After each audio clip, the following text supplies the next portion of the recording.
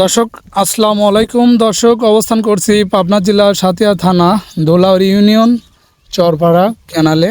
দর্শক আপনাদের আজ জানিয়ে দেব খিরির জমিতে খিরি কত করে মন যাচ্ছে আর খিরি কীরকম ফলন হচ্ছে।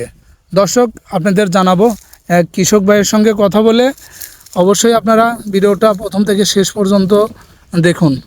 আসসালামু আলাইকুম ভাইজান। ওয়ালাইকুম আসসালাম। কেমন আছেন ভাইজান? ভালো। ভালো না? এটা কিসের জমি? এটা পিস ছিল। পিস ছিল প্রথমে না? পিসের ভিতরে খেয়ে লাগানো ছিল। খিরি ছিল। এখন বর্তমান তো খিরি উঠাচ্ছেন না? উঠতেছে। কি রকম ফলন হচ্ছে খিরি? খিরি তো ফলন নাই ভাই এবার। ফলন নাই। আর পেঁয়াজ কি রকম বিক্রি করছেন এবার এই জমিতে? 1200। 1200 না? তাতে কি পোষাইছে? লস গেছে। লস গেছ। এই খিরি বর্তমান কয় বিঘি বই এখানে? 1 বিঘে। 1 বিঘি। 1 বিঘিতে কয় মন করে উঠতেছে? 3 মণ ওঠে, 2 মণ ওঠে। 3 মন 2 মন। ফলন নাই তো। খিরির দাম কি রকম যাচ্ছে? 1200। 1200। হ্যাঁ।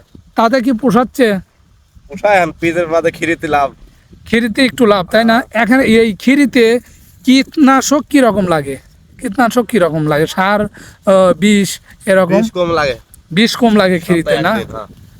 আর বাগুনে তো প্রচুর লাগে, তাই না? বেশি। এখন বর্তমান খিরির বাজার কত করে যাচ্ছে? আজকে 1000 করে আছে। 1000 করে। হ্যাঁ। তাতে কি 1000 করে থাকলে পরে পোষাবে কৃষক? হুম। দর্শক শুনতে পারলেন, আজকে খিরির বাজার 1000 টাকা করে। আপনি তাহলে কয়দিন পর পর উঠাচ্ছেন খিরি? 2 দিন বাদে বাদে। 2 দিন বাদে বাদে না? দর্শক শুনতে পারলেন, 2 দিন বাদে বাদেই কিন্তু খিরি উঠানো হচ্ছে। আর আপনাদের অবশ্যই দেখাবো খিরি।